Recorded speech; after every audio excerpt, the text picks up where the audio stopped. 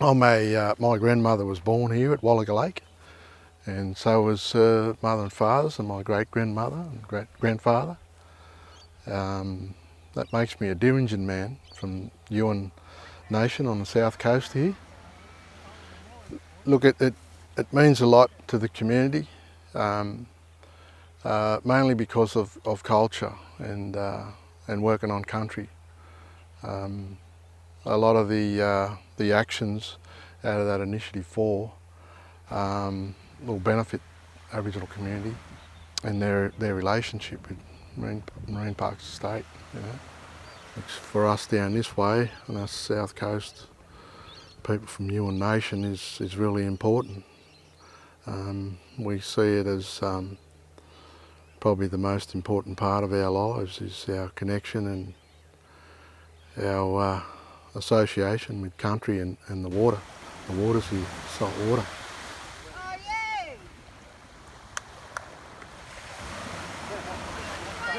Whatever you say, mate. No, I've got my Nintendo. Did you? Crashing close. It might be. How long have they been there for? They've been there a long time. They could be there like 5,000 years. They could be a lot older than that. But there's a story behind that. It's about your identity, and it's about law, and it's about who you are as young men. So we come out here, we were brought out when we was young, and it told us about our life and who we are. And it tells us, that was written there by old people for years, for us as a gift, to tell you who you are and how to be the best person you can be. So we introduced the boys first to stone tool technology. So we took them down, we showed them how our stone axes were made. We took them to an axe grinding groove site. We showed them how they were sharpened, how they was processed, how they was manufactured. Then from there we took them, we showed them how to scar a tree, or how do we harvest bark from a tree.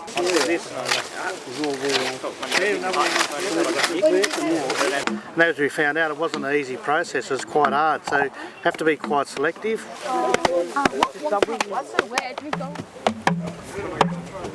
So we had to pull all the bark off and roll it, and it just made it so all the bark was just flat. And then once the bark was flat, we had to, on each side, we had to get all the bark off, about a metre off each end. Yeah, so the title of the project is Gurraja Warrigar, which means free canoes. And I never had these opportunities at all, and most of the men here wouldn't have had these opportunities growing up. We didn't learn anything in school very much whatsoever about our culture. That was only passed on through our parents and uncles and grandparents and stuff like that. Tap it in. You can work your way down. Take our time, we don't have to rush this. It is a lot more than knowledge. It establishes friendships, relationships, also builds respect, you know, and it's also it's hands-on, you know. It's the way our people did it for thousands of years. It wasn't sitting in a classroom reading books or watching TV. It was hands-on activity. They showed you physically how to do things. So by teaching the kids the method today, that hands-on activity, they're actually absorbing a lot more knowledge on how to do things. I want to learn about culture. It'd be good to carry it on, keep it going to the younger ones. Oh, it'd be good to see the final product. There's good knowledge and everything there. Put your foot on the bottom.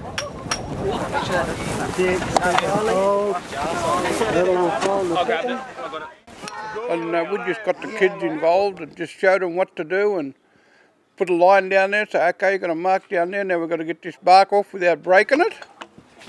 Which a lot of time it's hard to do sometimes if the bark doesn't come off freely.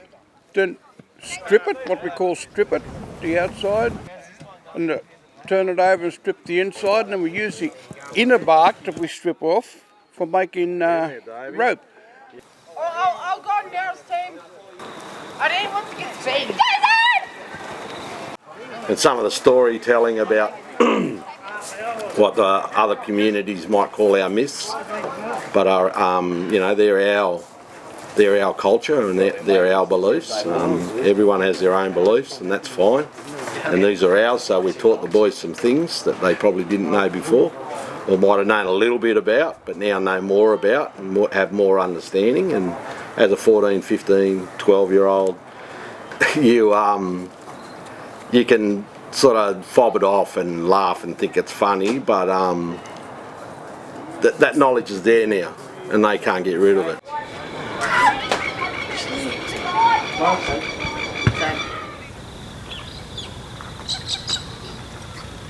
I come out first thing this morning, that big kangaroo was over there working on their bark. I'll leave you to it, bud.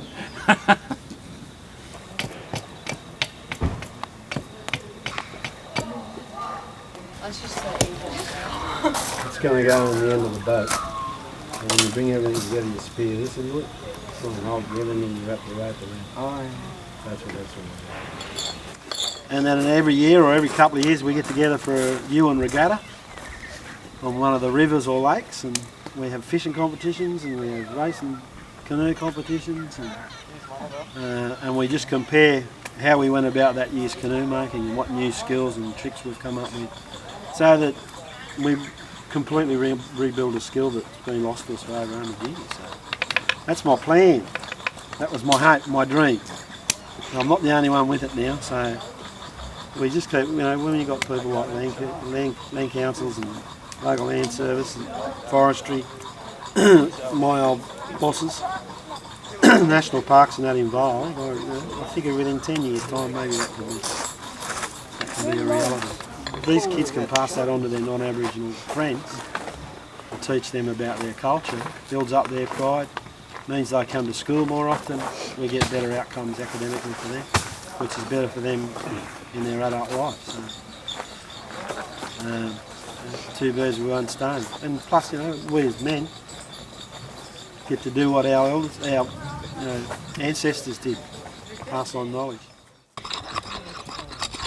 Amazing what you can do with a rock.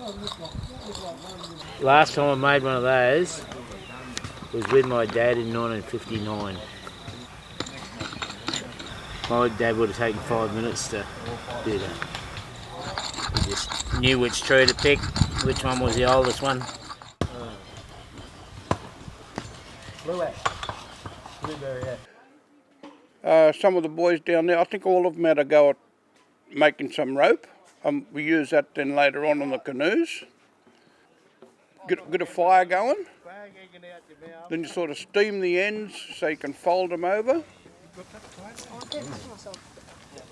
Pull them in, put a stake through, tie it. Later on we'll stuff some paper bark and some clay down there, and hopefully we shouldn't have any leaks. Take it down to where we made